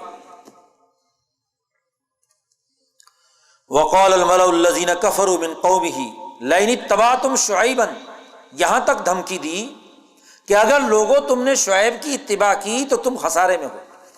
تو قرآن نے اس کی بھی سخت سزا دی، فأخذتهم الرجفة فأصبحوا في دارهم جاثمین، ایک زلزلہ آیا اور وہ تمام کے تمام اوندھے منہ گرے ہوئے تھے، سزا سخت ان کو ملی۔ قرآن حکیم نے یہ تمام انبیاء کے واقعات بیان کر کے کہا وما ارسلنا فی قریۃ من نبی، مگر یہ کہ اخذنا اہلہا بالبأساء والضراء لعلہم یضرعون، ہم نے ان بستی والوں کو پکڑا، سزا دی تاکہ شاید یہ گر گڑائیں اور اپنے گناہوں سے توبہ کریں، لیکن ایسا نہیں ہوا۔ ان پر جب بھی عذاب آیا تو ایسے وقت میں جب یہ سوئے ہوئے تھے، رات کا وقت تھا، یا دن میں یہ قیلولہ کیے ہوئے تھے، یا کھیل تماشے میں مشغول تھے، اور اس وقت عذاب آیا اور ان تمام بستیوں کو ملیا میٹ کر دیا۔ ان تمام کا واقعہ بیان کرنے کے بعد قرآن کہتا ہے تلک القری، نبی اکرم صلی اللہ علیہ وسلم سے کہا جا رہا ہے یہ وہ بستیاں ہیں، یہ وہ قومیں ہیں، نقص علیک من انبائہا، ان کی کچھ خبریں ہم نے آپ کے سامنے بیان کی ہیں۔ وَلَقَدْ جَاءَتْهُمْ رُسُلُهُمْ بِالْبَيِّنَاتِ، جب بھی ان کے رسول واضح دلیل لے کر ان کے پاس آئے تو فَمَا كَانُوا لِيُؤْمِنُوا بِمَا كَذَّبُوا مِن قَبْلُ، تو یہ ایمان لانے والے نہیں تھے، اور ایسے ہی لوگوں کو ہم سزا دیا کرتے ہیں۔ قرآن نے اس کے بعد پھر موسیٰ علیہ السلام کا واقعہ بیان کیا، ثُمَّ بَعَثْنَا مِن بَعْدِهِمْ، ان تمام کے بعد ہم نے موسیٰ علیہ السلام کو بھیجا، بِآیاتِنَا إِلَىٰ فِرْعَوْنَ وَمَلَئِهِ، فرعون اور اس کے سرداروں کی طرف، فَظَلَمُوا بِهَا فَانظُرْ كَيْفَ كَانَ عَاقِبَةُ الْمُفْسِدِينَ، دیکھو کہ فسادیوں کا انجام کیا ہوا۔ قَالَ مُوسَىٰ يَا فِرْعَوْنُ إِنِّي رَسُولٌ مِّن رَّبِّ الْعَالَمِينَ، موسیٰ علیہ السلام نے جا کر فرعون کو دعوت دی اور کہا کہ دیکھو میں رسول من رب العالمین، رب العالمین کا رسول، حقیق علی اللہ اقول علی اللہ الا الحق، اللہ پر سوائے حق کے میں اور کوئی بات بیان نہیں کروں گا۔ قد جئتکم ببینۃ من ربکم، میں تمہارے رب کی جانب سے واضح دلیل لے کر آیا ہوں، میرا پہلا حکم یہ ہے، فرعون سے کہا موسیٰ علیہ السلام نے کہ فَأَرْسِلْ مَعِيَّ بنی اسرائیل، بنی اسرائیل جن کو تم نے غلام بنا رکھا ان کو آزادی دو۔ موسیٰ علیہ السلام نے سب سے پہلے جا کر کلمے کی دعوت نہیں دی، سب سے پہلے فرعون کی فرعونیت کا جو سب سے بڑا مظہر بنی اسرائیل کی غلامی تھی، اس غلامی کو ختم کرنے کا سب سے پہلے حکم۔ یہاں بھی آگے سورۃ شعراء میں بھی آ رہا ہے، سورۃ القصص میں بھی آ رہا ہے، ہر جگہ موسیٰ علیہ السلام نے سب سے پہلے جا کر فرعون کے دربار میں فرعون کی فرعونیت کا جو مظہر بنی اسرائیل کی غلامی تھی، اس غلامی کے خاتمے کی بات کی۔ حضرت قاری طیب صاحب رحمۃ اللہ علیہ نے لکھا ہے کہ قومیں اگر آزاد نہ ہوں، غلامی کی حالت میں ہوں، تو کلمے کا کوئی اعتبار نہیں ہوتا۔ کلمہ پڑھا بھی لو تو غلام قوم کے کلمے کا کیا اعتبار؟ اور وہ ظالم جس نے انسانیت پر ظلم کیا ہوا ہے، جب تک وہ ظلم سے باز نہیں آتا تو تب بھی اس کے کلمے کا کوئی اعتبار نہیں، کیونکہ وہ تکبر اور غرور جس کی وجہ سے انسانیت پر وہ ظلم کر رہا ہے وہ تو ابھی ختم نہیں ہوا۔ جب تک وہ ختم نہیں ہوگا تو اس کے کلمے کا بھی کوئی اعتبار نہیں۔ اس لیے قومیں سب سے پہلے آزادی حاصل کرتی ہیں۔ تو موسیٰ علیہ السلام نے کہا فَأَرْسِلْ مَعِيَّ بنی اسرائیل، موسیٰ علیہ السلام سے اس نے معجزات طلب کیے، کہتا ہے ان کنت جئت بآیۃ فأت بها ان کنت من الصادقین، کوئی نشانی لائے ہو کہ تم واقعتاً اللہ کے رسول ہو تو لاؤ دکھاؤ۔ فألقى عصاه فإذا هي ثعبان مبین، موسیٰ علیہ السلام نے اپنی لاٹھی پھینکی تو وہ ایک اژدہا بن گیا۔ تفصیلی قصہ آگے آ رہا ہے۔ تو قرآن حکیم نے بتلایا کہ موسیٰ کے مقابلے پر فرعون نے جادوگروں کا ایک پورا لشکر جمع کر لیا۔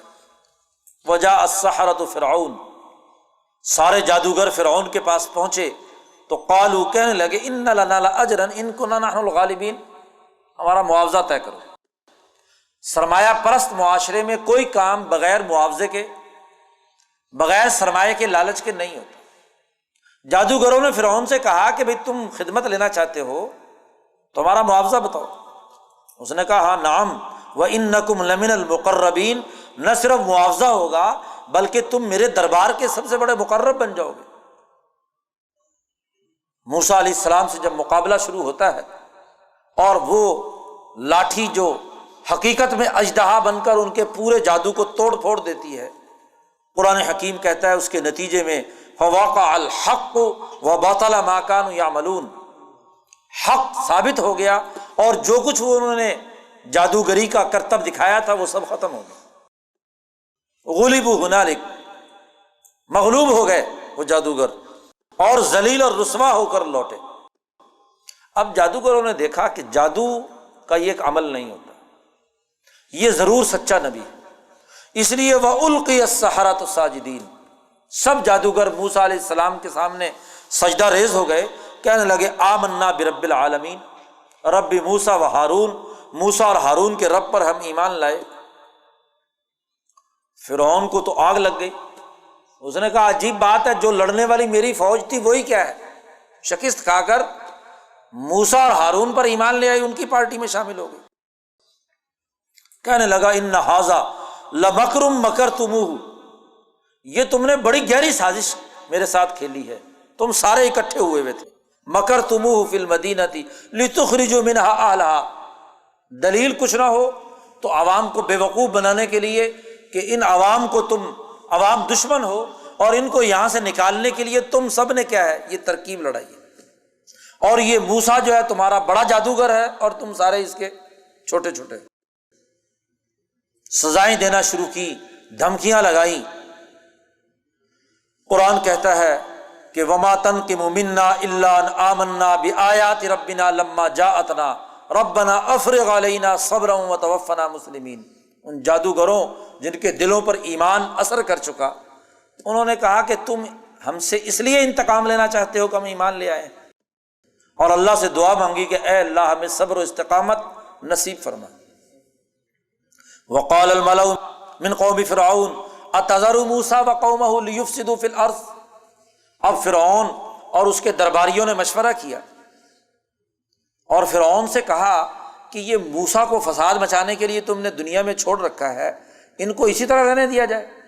سنقتل ابناءہم ونستحیی نساءہم، ہم پہلے ان کے اتنے لڑکے قتل کر چکے ہیں، اتنی عورتوں کو ہم غلام بنا چکے ہیں، انا فوقہم قاہرون، ہم ان پر بڑے غالب ہیں، ان کو پکڑو اور یہ دو چار آدمی ان کو ختم کرو۔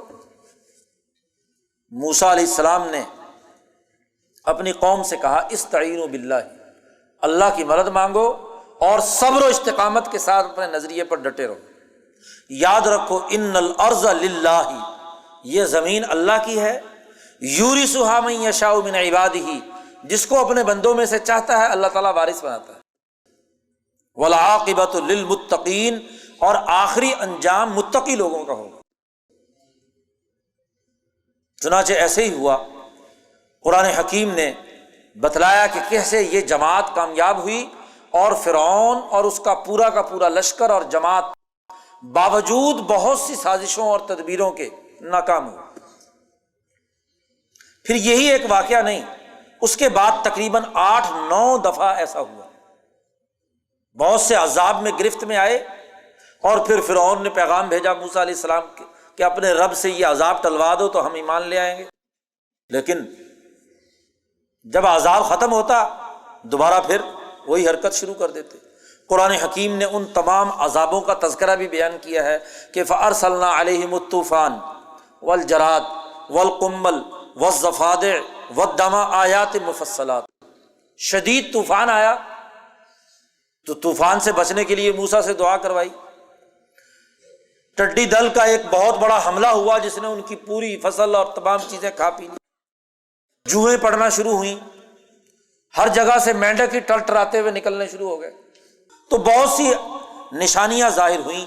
فاستکبروا وکانوا قوما مجرمین، جب بھی ان پر عذاب آتا تو موسیٰ سے کہتے یا موسیٰ ادع لنا ربک بما عہد عندک، اپنے رب سے دعا کر، اور لئن کشفت عنا الرجز، یہ عذاب ہم سے اگر ٹل گیا تو ہم تجھ پر ایمان لے آئیں گے اور بنی اسرائیل کو آزادی دے دیں گے۔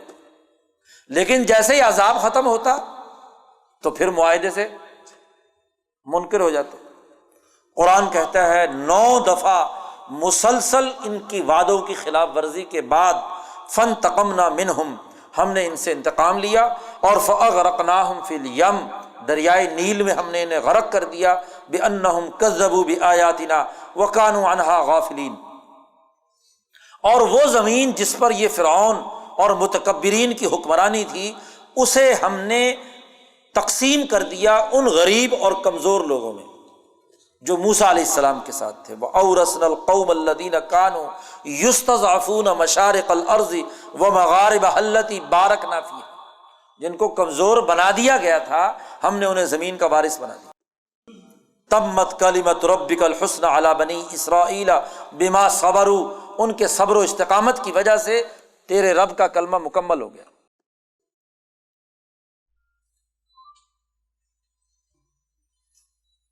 اب موسیٰ علیہ السلام نے اس بنی اسرائیل کو آزادی دلائی، فرعون سے دریائے نیل میں غرق ہوا اور نجات دلا کر مصر سے لے کر بیت المقدس کی طرف روانہ ہوئے۔ قرآن کہتا ہے جاوزنا ببنی اسرائیل البحر، بنی اسرائیل کو لے کر ہم نے دریائے نیل کراس کرا کے ان کو نجات دلا دی۔ اب راستے میں ایک ایسی جگہ پر پہنچی یہ بنی اسرائیلی کہ فَأَتَوْا عَلَىٰ قَوْمٍ يَعْكُفُونَ عَلَىٰ أَصْنَامٍ لَهُمْ، ایک ایسی قوم کے سامنے پہنچے کہ جو بت بنا رکھے تھے اور ان کے سامنے سجدہ ریز تھے وہ لوگ۔ قالوا یا موسیٰ، موسیٰ علیہ السلام سے کہنے لگے یہ بنی اسرائیلی کہ اجعل لنا الہا کما لہم آلہہ، جیسے ان کا یہ بت ہے پتھر کے ایسے ہمارا بھی ایک خدا ہمیں بنا دے۔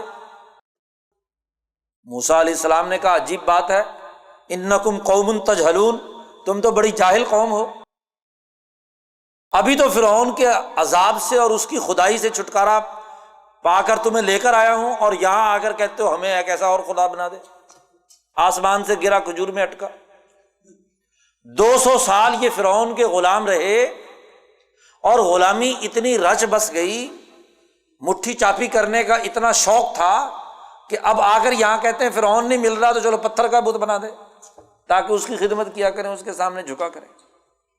تو قومیں جب غلام بن جاتی ہیں، ذہنیت غلامانہ ہو جاتی ہے، تو غلامانہ ذہنیت بڑی دیر کے بعد نکلتی ہے۔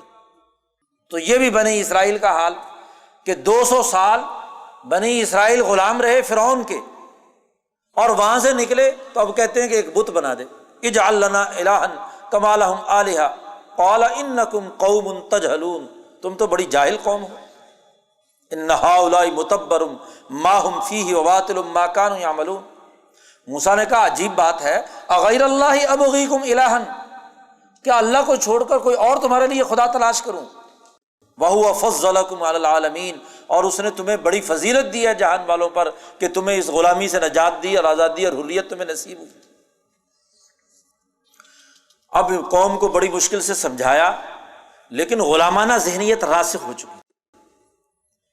اللہ پاک نے موسیٰ علیہ السلام کو اپنے پاس بلایا طور پہاڑ پر، وواعدنا موسیٰ 30 لیلۃ واتممناها بعشر فتم میقات ربہ 40 لیلہ۔ 30 دنوں کے لیے موسیٰ علیہ السلام کو اللہ نے بلایا اور 10 دن کا مزید اضافہ کر دیا، تو اللہ کہتے ہیں 40 لیلہ، یہ 40 راتیں ہو گئی۔ یہ چلہ یہیں سے شروع ہوا۔ 40 دن موسیٰ علیہ السلام سے کہا گیا کہ وہ طور پہاڑ پر آ کر اعتکاف کریں، اور موسیٰ علیہ السلام نے اپنے بھائی ہارون کو اپنی قوم پر پیچھے اپنا خلیفہ بنایا۔ وقال موسیٰ لأخیہ ہارون اخلفنی فی قومی واصلح ولا تتبع سبیل المفسدین، فسادیوں کے راستے پر مت چلنا، ان کی اصلاح کرنا۔ ولما جاء موسیٰ لمیقاتنا وکلمہ ربہ، ادھر تو موسیٰ علیہ السلام تورات لینے وہاں پہنچے ہوئے ہیں، 40 دن وہاں گزر رہے ہیں، اور دوسری طرف ادھر پیچھے سامری ایک مل گیا، اس نے کہا کہ دیکھو واتخذ قوم موسیٰ من بعدہ من حلیہم عجلا جسدا لہ خوار، ایک بچھڑا بنایا، وہ زیورات جو فرعونیوں کے تھے ان کے قبضے میں وہ لے کر پگھلائے، اور پگھلا کر ایک بچھڑا بنا دیا، اور اس میں سے ایک آواز نکلنی شروع ہو گئی، اس کو ہوا کے ایک ایسے رخ پر رکھ دیا کہ جیسے ہی ہوا اس میں سے گزرتی تو وہ با با کرتا۔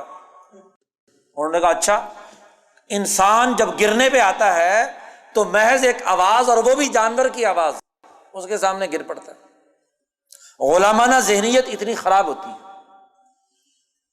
الم یرو، اللہ نے کہا کہ کیا انہوں نے دیکھا نہیں کہ انہ لا یکلمہم ولا یہدیہم سبیلا، کہ نہ تو یہ ان سے بات کرتا اور نہ انہیں کوئی سیدھا راستہ ان کو دکھانے کی صلاحیت اس میں۔ لا یکلمہم ولا یہدیہم سبیلا اتخذوہ وکانوا ظالمین، انہوں نے اس کو اپنا لیڈر اور رہنما بنا لیا، حالانکہ وکانوا ظالمین، بڑے ظلم کرنے والے تھے یہ۔ اب ایک طرف تو یہ حرکت ہے، موسیٰ علیہ السلام ادھر طور پہاڑ سے وہ کتابیں لے کر آئے، وہ جو تحریرات تھی تورات کی شکل میں وہ لے کر آئے، اور انہوں نے جو آ کر دیکھا تو پیچھے پوری قوم کیا ہے، بچڑے کے سامنے سجدہ ریز۔ قرآن حکیم کہتا ہے وَلَمَّا رَجَعَ مُوسَىٰ إِلَىٰ قَوْمِهِ غَضْبَانَ أَسِفًا، موسیٰ علیہ السلام لوٹے تو بہت شدید غصے کی حالت میں بھی، اور بڑی افسوس بھی کر رہے کہ یہ کیا احمق قوم ہے۔ بڑی مشکل سے آزادی دلائی، آزادی کے بعد ان سے کہا کہ اپنے پاؤں پر کھڑے ہو، تمہارے لیے اللہ کی طرف سے ایک کتاب لے کر آیا، اور آگے حالت یہ ہے کہ بئس ما خلفتمونی من بعدی، میرے بعد تم نے بڑا غلط عمل کیا۔ عاجلتم امر ربکم، اپنے رب کے حکم سے بھی جلد بازی کر کے تم نے یہ سارے کام شروع کر دیے۔ وَأَلْقَى الْأَلْوَاحَ، وہ جو تختیاں تورات کی تھیں انہیں ایک طرف رکھا، اور وَأَخَذَ بِرَأْسِ أَخِيهِ، کیونکہ سربراہ بنا کر گئے تھے ہارون علیہ السلام کو، اس لیے ہارون علیہ السلام کے سر کے بال پکڑ لیے غصے میں، یجرہ الیہ۔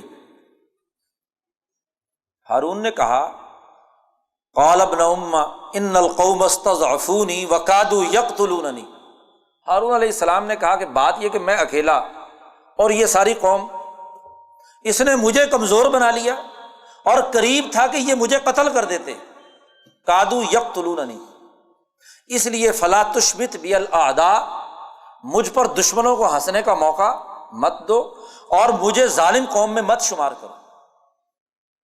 موسیٰ علیہ السلام کا غصہ ٹھنڈا ہوا تو رب اغفر لی ولی اخی وادخلنا فی رحمتک، اے اللہ مجھے بھی معاف کر دے، میرے بھائی کو بھی، اور ہمیں اپنی رحمت میں داخل کر، وانت ارحم الراحمین۔ اور جن لوگوں نے یہ بچھڑا بنایا ہے سینالہم غضب من ربہم وذلۃ فی الحیات الدنیا، ان قریب وہ اپنے رب کی جانب سے غضب اور دنیا کی ذلت اور رسوائی اٹھائیں گے، ذلۃ فی الحیات الدنیا کذالک نجزی المفترین، ایسے ہی جھوٹے لوگوں کو ہم سزا دیتے ہیں، کذالک نجزی المفترین۔ قرآن کہتا ہے والذین عملوا السیئات ثم تابوا من بعدها وآمنوا ان ربک من بعدها لغفور رحیم۔ ولما سکت عن موسیٰ الغضب اخذ الالواح، موسیٰ علیہ السلام کا غصہ جب ٹھنڈا ہوا، وہ تورات کی کتاب لی، اس میں ہدایت اور رحمت تھی اللہ کی طرف سے، اور وہ قوم کو سنایا، پیغام دیا، اور پھر قوم میں سے 70 آدمی منتخب کر کے اللہ تبارک و تعالیٰ کی وہ زیارت کرانے، ملاقات کرانے کے لیے وہاں لے کر چلے گئے طور پہاڑ پر۔ وَاخْتَارَ مُوسَىٰ قَوْمَهُ 70 رَجُلًا لِمِيقَاتِنَا فَلَمَّا أَخَذَتْهُمُ الرَّجْفَةُ، وہاں جا کر انہوں نے بھی اور مطالبے شروع کر دیے۔ تو اللہ پاک نے وہاں ایک زلزلہ اور جھٹکا آیا، اور اس کے نتیجے میں وہ سب کے سب سزا کے اندر گرفت میں آ گئے۔ تو حضرت موسیٰ علیہ السلام نے کہا رب لو شئت اہلکتہم من قبل وإیائی اتہلکنا بما فعل السفہاء منا، ان بے وقوفوں کی کرتوتوں کی وجہ سے تو ہمیں ہلاک کرنا چاہتا ہے۔ ان ہی الا فتنتک، یہ تیری طرف سے آزمائش ہے، تضل بها من تشاء وتهدی من تشاء انت ولینا فاغفر لنا وارحمنا وانت خیر الغافرین۔ موسیٰ علیہ السلام کے اس واقعے میں قرآن حکیم نے قدم قدم پر اس حقیقت کی وضاحت کی ہے کہ کیسے شیطانی طاغوتی قوتوں نے انسان کو یرغمال بنا کر انبیاء کے مقابلے پر استعمال کیا۔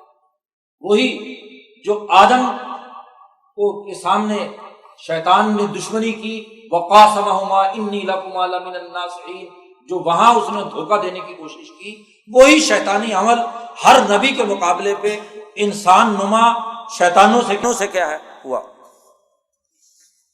قرآن حکیم نے ان تمام انبیاء کا تذکرہ کرنے کے بعد پھر نبی اکرم صلی اللہ علیہ وسلم کا تذکرہ کیا اس صورت میں آخر میں، اور فرمایا قل یا ایھا الناس انی رسول اللہ الیکم جمیعا، اے پیغمبر صلی اللہ علیہ وسلم آپ کہہ دیجئے کہ اے لوگو میں اللہ کا رسول ہوں تم تمام کی طرف، الیکم جمیعا الذی لہ ملک السماوات والارض۔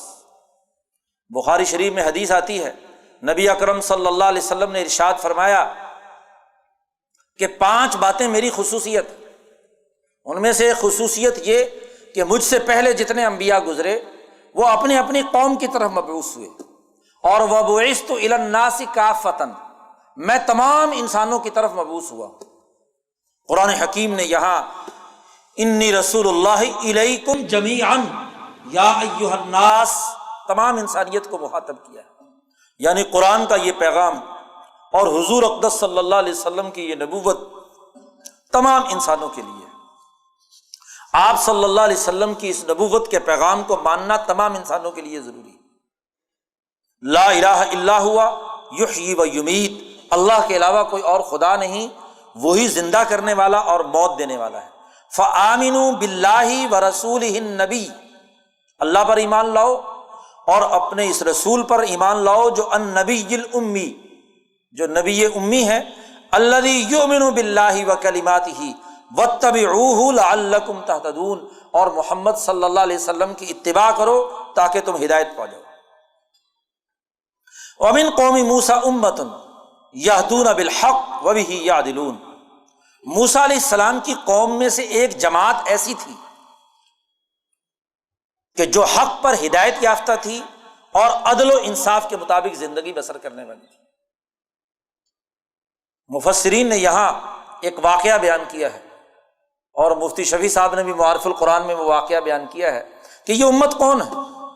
ایک حدیث کا تذکرہ، نبی اکرم صلی اللہ علیہ وسلم جب معراج کی رات جبرائیل علیہ السلام کے ساتھ سفر پر روانہ ہوئے تو آپ صلی اللہ علیہ وسلم فرماتے ہیں کہ جبرائیل مجھے ایک بستی میں لے گئے، میں نے بستی میں دیکھا کہ اس بستی میں رہنے والے تمام لوگوں کے گھر ایک جیسے ہیں، ایک ہی سائز کے پلاٹ ہیں، ایک ہی سائز کے مکان ہیں، ایک ہی طرح کی بناوٹ ہے، پوری بستی میں کوئی الگ منفرد گھر نہیں ہے، تمام کے گھر برابر، اور ہر گھر کے اندر جو کھانے پینے کی تمام چیزیں ہیں وہ بھی برابر، اور ہر گھر کے سامنے ایک قبر ہے۔ تو میں نے جبرائیل سے پوچھا کہ یہ کون لوگ ہیں؟ تو انہوں نے بتلایا کہ یہ ایک ایسی قوم ہے کہ انہوں نے یہ طے کر رکھا ہے کہ اس بستی میں تمام لوگ مساوات پر عمل کریں گے، تمام کے گھر ایک جیسے ہوں گے، سارا جتنا بھی کاشتکاری کا عمل ہے وہ بھی برابر کریں گے، اور جو کچھ پیداوار ہوگی اس کی تقسیم بھی برابر کریں گے۔ اور موت کو یاد رکھنے کے لیے انہوں نے ہر گھر کے سامنے ایک قبر بھی بنائی۔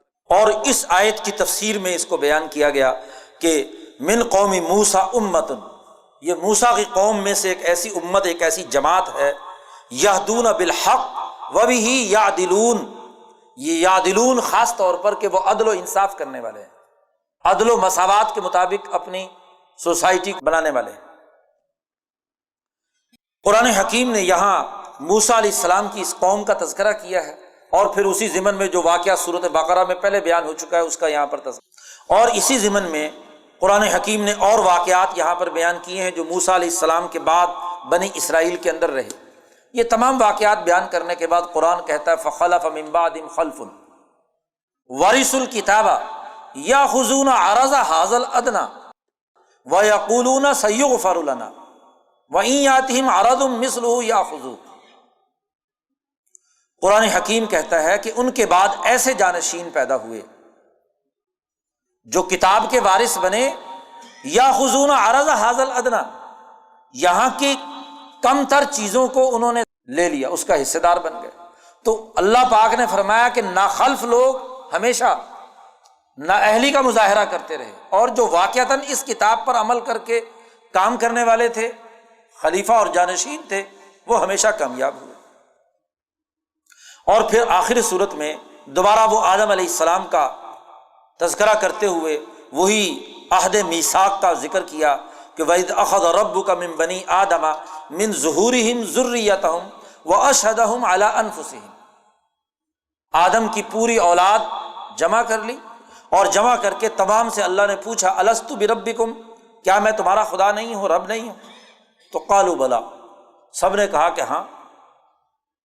بلکہ ایک حدیث میں آتا ہے کہ جب یہ تمام مخلوق انسانیت جمع کر لی گئی تو ان میں سے کچھ لوگ، جب منظر بہت بڑا آدم علیہ السلام نے اپنی پوری اولاد کا دیکھا، تو ان میں سے بہت سے لوگ ایسے تھے جو ان کے کہیں کہیں جو چمکدار تھے، روشن تھے، مختلف رنگوں کے۔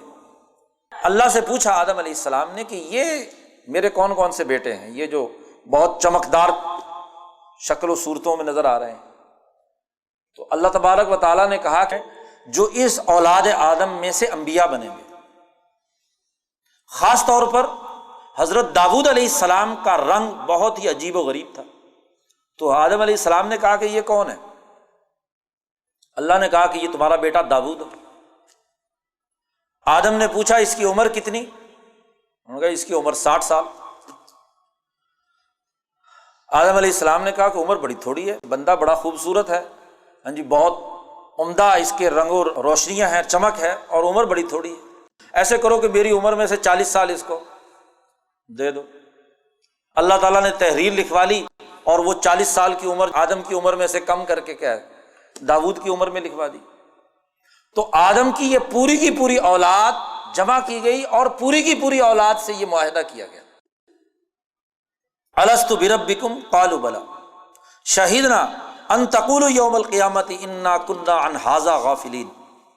قرآن حکیم نے اس عہد میثاق کی اساس پر دعوت دی ہے کہ ہر انسان جب پیدا ہوتا ہے تو فطرت اسلام پر پیدا ہوتا ہے، اب اس کو اسی نظریے اور اسی دعوت کو قبول کرنا ہے۔ لیکن جو لوگ اس کی مخالفت کرنے والے ہیں، اس پیغام کو قبول نہیں کرتے، یا جن کی شخصیتیں مسخ شدہ ہیں، قرآن حکیم نے ان کا تذکرہ بھی کیا، اور آخر میں موسیٰ علیہ السلام کے زمانے کے ایک عالم کا تذکرہ کیا، وَاتْلُ عَلَيْهِمْ نَبَأَ الَّذِي آتَيْنَاهُ آیَاتِنَا، ان کے سامنے قصہ سناؤ اس آدمی کا جس کو ہم نے آیات دی تھی۔ عالم تھا، بلعم ابن باورا، علم بھی تھا، عبادت گزار بھی تھا۔ فَانْسَلَخَ مِنْهَا فَأَتْبَعَهُ الشَّيْطَانُ فَكَانَ مِنَ الْغَاوِينَ، اب موسیٰ علیہ السلام کے خلاف بد دعا کرنے کے لیے تیار ہو گیا، تھوڑے سے لالچ پر۔ تو قرآن کہتا ہے فَانْسَلَخَ مِنْهَا، وہ علم اس سے چھین لیا گیا، اور شیطان نے اس کا پیچھا کیا اور اس کو گمراہ کر کے چھوڑا۔ قرآن حکیم نے اس قصے کی طرف یہاں اشارہ کیا ہے اور بتلایا ہے کہ دنیا کے لالچ میں اس نے کیا حرکت کی۔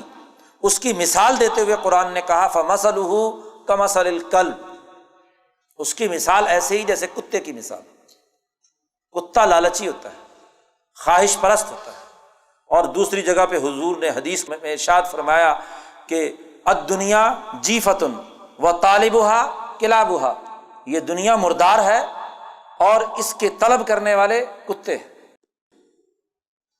تو جب دنیا کی خواہش پرستی، زر پرستی، سرمایہ پرستی پیدا ہوتی ہے تو دراصل کتے کی سی خصلت پیدا ہو جاتی ہے۔ تو قرآن نے کہا فَمَثَلُهُ كَمَثَلِ الْكَلْبِ إِن تَحْمِلْ عَلَيْهِ يَلْهَثْ أَوْ تَتْرُكُهُ يَلْهَثْ، اس پر کوئی بوجھ ڈالو تو تب بھی ہانپتا ہے، اور اگر چھوڑ دو تو تب بھی۔ اسی طرح زبان باہر نکلی ہوئی ہوتی ہے، اس کو کہتے ہیں یلہث۔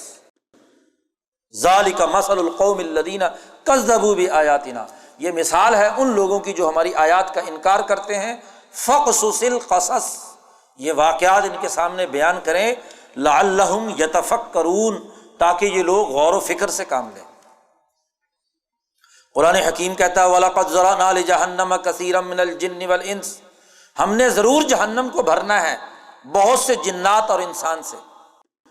لَهُمْ قُلُوبٌ، ان کے اندر دل ہیں، لَا يَفْقَهُونَ بِهَا، سمجھتے نہیں۔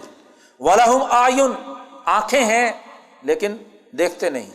وَلَهُمْ آذَانٌ، کان ہیں، لَا يَسْمَعُونَ بِهَا، سنتے نہیں۔ یہ علم کے تین ہی ذرائع ہیں، آنکھوں سے دیکھ کر، کانوں سے سن کر، دل سے سمجھ کر، اور اگر تینوں بند کر لیے جائیں تو قرآن کہتا ہے اولئک کالانعام، وہ جانور ہیں، بلکہ جانوروں سے بھی بدتر ہیں، بل ہم اضل، کیونکہ جانور بھی آنکھوں سے کچھ نہ کچھ دیکھتا ہے، آگ کے اندر چھلانگ نہیں لگاتا، کہیں خوفناک آواز سنائی دے تو ادھر نہیں جاتا، یہ جانوروں سے بھی بدتر ہیں، بل ہم اضل اولئک هم الغافلون۔ قرآن حکیم نے پھر ان کی مزید سزا بیان کی ہے جو انکار کرنے والے ہیں اللہ کی آیات کا۔ اور سورت کے اختتام پر قرآن حکیم نے ایک اہم بات ارشاد فرمائی متقی لوگوں کے بارے میں۔ قرآن کہتا ہے ان الذین اتقوا اذا مسهم طائف من الشیطان تذکروا فاذا هم مبصرون، متقی لوگ وہ ہیں کہ جب ان کے گرد و پیش کوئی شیطانی سازش، مکر و فریب کا جال بنا جائے تو تذکروا، وہ اللہ کو یاد کرتے ہیں، اور اللہ کے اس تعلق کے نتیجے میں فاذا هم مبصرون، وہ صاحب بصیرت بن جاتے ہیں، عقل و شعور، بصیرت اور فہم ان میں پیدا ہوتی ہے، اور وہ ان شیطانی سازشوں کو سمجھ کر اس کا مقابلہ کرتے ہیں۔ یہ تقویٰ کی حقیقی تعریف ہے۔ حضرت سید الطائفہ جنید بغدادی رحمۃ اللہ علیہ نے اپنے مکتوبات میں صوفی کی تعریف اسی آیت کے تناظر میں کی ہے۔ جنید بغدادی سے پوچھا گیا کہ صوفی کون ہے، کسے کہتے ہیں صوفی؟ آج ہم سمجھتے ہیں کہ صوفی وہ ہے جو اللہ لوگ ہو، جس کو دنیا کا کچھ عطا پتہ نہ ہو، بے وقوف، عقل پیدل، مجذوب۔ جنید بغدادی سے پوچھا گیا صوفی کون، تو انہوں نے اس کے جواب میں لکھا یہ آیت، اور فرمایا یہ آیت بتلاتی ہے کہ صوفی وہ ہے جو ایسا متقی ہو جو شیطانی سازشوں کو سمجھ لے، صاحب بصیرت اور صاحب عقل ہو، فہم و بصیرت کا حامل ہو، شیطانی سازشوں، مکر و فریب کا توڑ کرنے کی صلاحیت اس کے اندر موجود ہے، کسی رنگ میں اس کے سامنے شیطان آئے وہ اس کو سمجھ لے۔ قرآن حکیم نے یہ واضح حقیقت بیان کرنے کے بعد کہا کہ ھذا بصائر من ربکم، یہ تمہارے رب کی جانب سے بڑی بصیرت افروز باتیں ہیں، ھدی ورحمہ، ہدایت اور رحمت ہے مسلمان قوم کے لیے، لقوم یؤمنون۔ وَإِذَا قُرِئَ الْقُرْآنُ، جب قرآن پڑھا جائے تو توجہ سے سنو اور خاموش رہو، لعلکم ترحمون، تاکہ تم پر رحم کیا جائے۔ قرآن حکیم کو سمجھنا، عقل و فہم و شعور استعمال کرنا، خاموشی کے ساتھ سننا، اس کے معنی اور مفہوم پر غور و فکر کرنا، یہ دنیا میں بھی رحمت کا باعث بنتا ہے اور آخرت میں۔ تو اس صورت میں قرآن حکیم نے انبیاء کے واقعات بیان کرنے کے بعد دراصل بنیادی نتیجہ اخذ کیا ہے کہ انسانی فطرت کے بنیادی تقاضے کیا ہیں، اور ہر دور میں انبیاء نے ان بنیادی تقاضوں کی تکمیل کے لیے جدوجہد اور کوشش کی ہے، اور جن لوگوں نے اس کا انکار کیا ان کو دنیا کی بھی سزا ہے اور ان کی آخرت کی بھی سزا ہے۔ اللہ سے دعا ہے کہ ہمیں قرآن حکیم کی سمجھ، عقل اور شعور نصیب فرمائے اور عمل کی توفیق عطا فرمائے۔